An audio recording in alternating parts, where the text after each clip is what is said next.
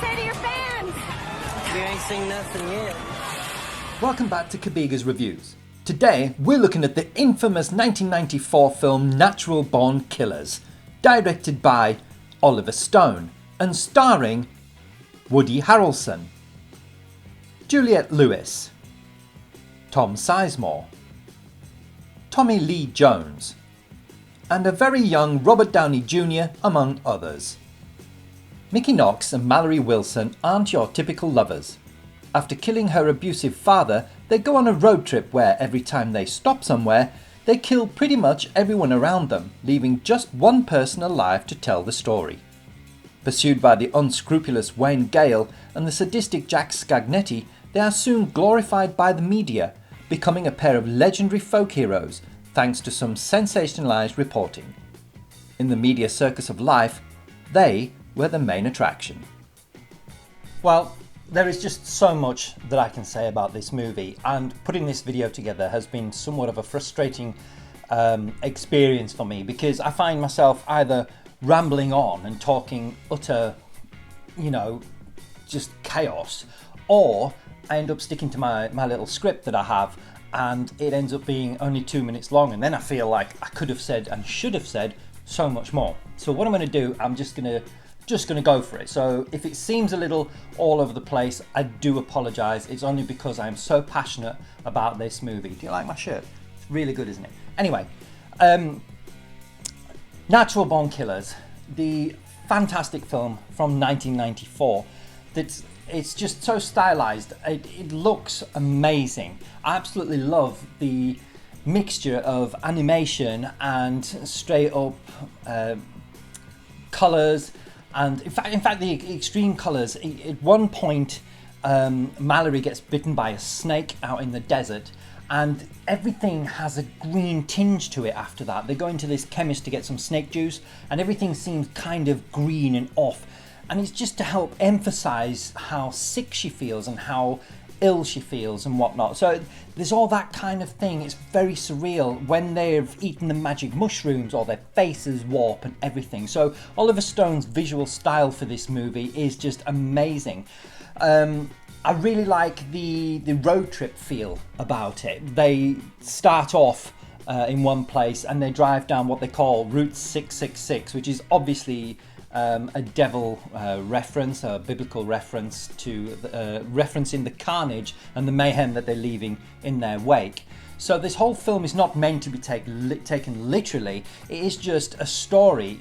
It's also a reflection of how Oliver Stone sees how the media was behaving back in the day, when they just basically sensationalized stories rather than actually focusing on the truth or the facts of the matter, which is as true today as it was back then. You'll find today media outlets are so hell-bent on getting a scoop, getting the exclusive, being the first to bring you a story, than they are actually what the facts are, what the truth is, and what the damage that story is doing. There's been many a times that there's been stories in the press and then they've had to say, oops, actually, sorry, we got it wrong, or we weren't quite accurate about that.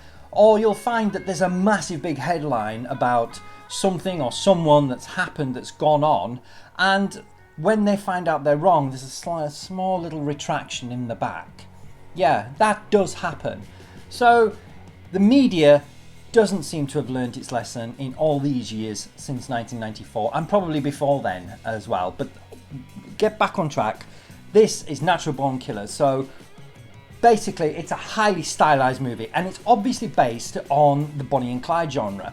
So Mickey and Mallory are definitely serial killers. They're suitably unhinged. There's no doubt about it. They are all kinds of wrong. But they are passengers on this journey as much as they are the drivers. They are the driving force for the story. They're the anti-heroes. I'm not going to call them heroes, because heroes is something they simply are not.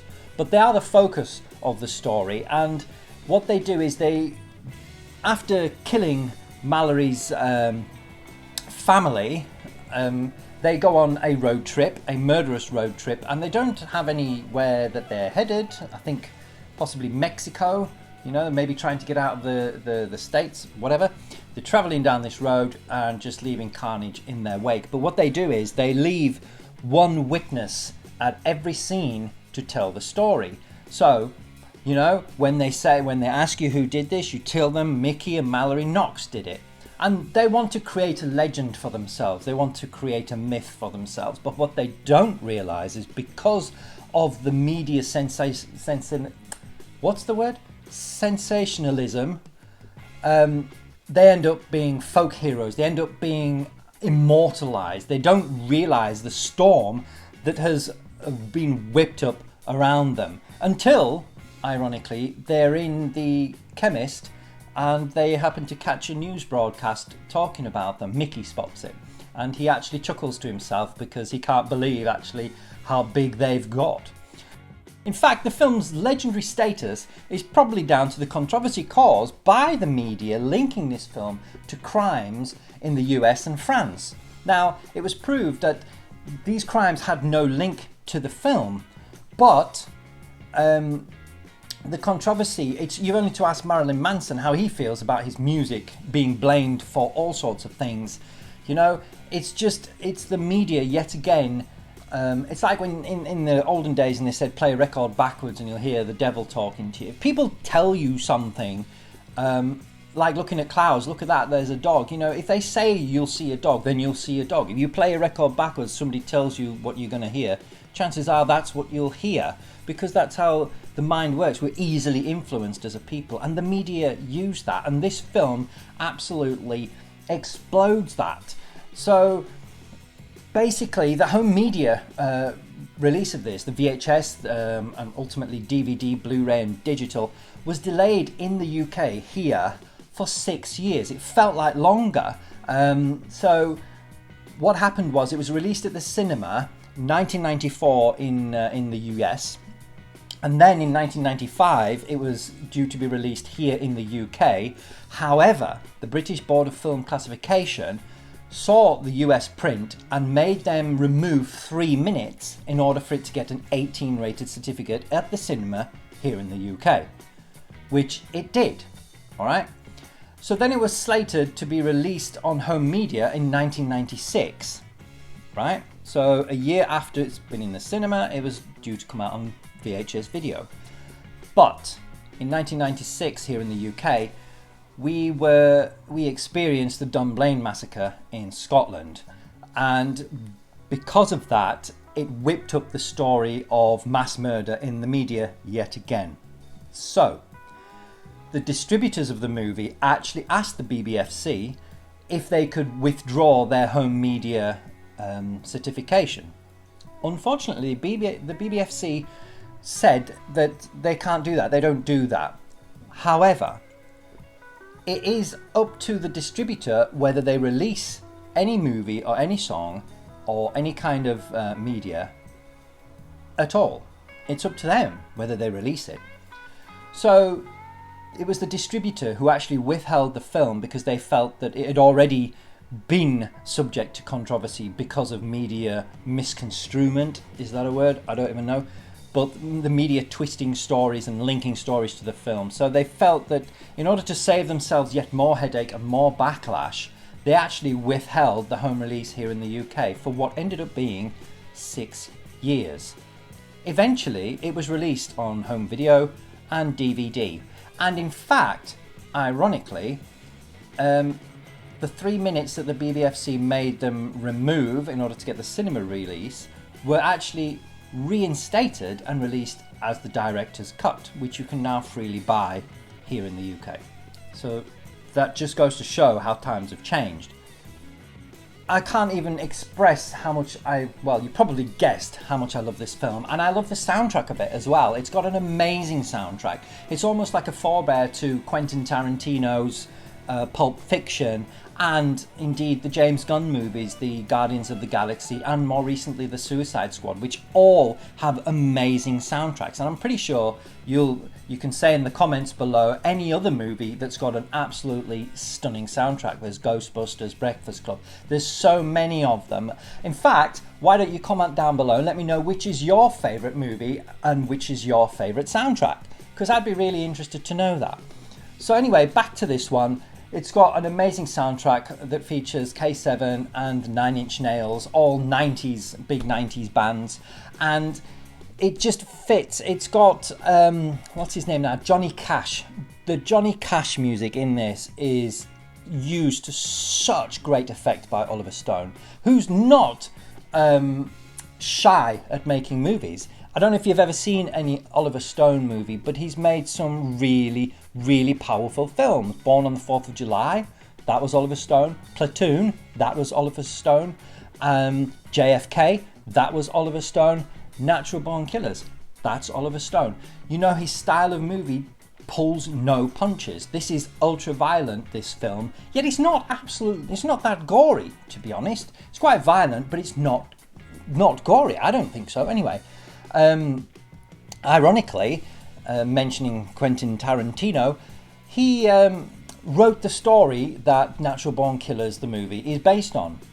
And he even gets a writing credit right at the beginning of the film. However, Oliver Stone and the other screenplay writers, rewrote a lot of it. And although Quentin Tarantino gets the writing credit, in recent years and the years since the film's release, he has greatly distanced himself from this film, even going as far to say that he hates it. And he even said, if you like his stuff, then you should not watch this. I don't know where he's coming from, and I respect his opinion. It's his story, it's his opinion, and he knows what he thinks and knows how he feels. But I absolutely love this film, and I love Quentin Tarantino's films, and I think they're all equally as resonant in their own ways. They're all equally as valid in their own ways, and sometimes, particularly like, for example, Pulp Fiction, it demands repeated viewing because you get more and more out of it each time you watch it. And I think Natural Born Killers is very much the same. It's quite a deep story. It's quite intellectually stimulating, is how I've put it in my conclusion here. It truly is, because it follows Mickey and Mallory, who are just serial killers like Bonnie and Clyde, for example. But there's so much more going on, and this story is saying, the film, is saying so much more to you. It's saying, look at how these people are being deified by the media. These people are doing the most heinous and terrible things, and people are following them like they're some sort of messiah. And the reason they're doing that is because of how the media is whipping everybody up. So that's the story. That's the film. I want to tell you, if you've not seen Natural Born Killers and you like Quentin Tarantino, you're not afraid of a bit of violence or a bit of intellectual stimulation, and you don't mind some quite psychedelic scenes and strange intercut images of devils covered in blood and stuff like that, you don't mind the odd subliminal message, and you actually are into a film that's going to entertain you rather than just be a popcorn flick that you switch your brain off, then I'm going to tell you, watch Natural Born Killers, because it is an amazing, amazing piece of actual cinema, as Martin Scorsese would put it. And I'm a Marvel fan, so Martin Scorsese's comments on cinema do cut a little bit for me. But anyway, that's another story. So my conclusion is, at the heart of it, this story is about two people whose love for each other transcends even the most evil of acts. Their single most important driving force is to be together. Honestly, they make such a big thing of being together, and right at the end, then I don't want to give away the film or give away the ending or anything, but basically something happens, and rather than them trying to escape or get away, their motivation is, where's my partner? Where's my partner? Get me to them. Get me to them. Once they're together, they're opportunists. There's a good word. They're opportunists. Something happens and they seize the opportunity to reunite. Once reunited, all bets are off. That's all I'm saying, because that gets towards the end of the film. But anyway, the point is, they want to be together. They are soulmates. They are the love of each other's lives. Jesus, Harold! Jesus Christ on a rubber crutch is this happening to me? Guys, thank you so much for sticking with me through this video. It has been a bit all over the place. The reason for that is that the whole video has been inexplicably difficult to put together. I've just had so many technical issues that it's unreal, and it's become a real chore to actually put it together. But I really want to get this finished, and I really want to get this out there to you guys so that you can watch it. So basically, I'm going to wrap it up. I'm going to tell you my conclusion. I'm going to tell you my thoughts, and they are that this film is visually stunning and intellectually stimulating while being unabashedly violent at the same time. It's a love story that boasts a soundtrack that rivals anything Quentin Tarantino or James Gunn has done. To me, it's one of the best movies ever made, and I genuinely mean that from the bottom of my heart. I really, really rate this film, and for that reason, I'm going to rate it 10 out of 10. I'm going to tell you guys, natural born killers, watch it. Thanks for watching. If you liked what you saw, drop us a like and subscribe to see all future content.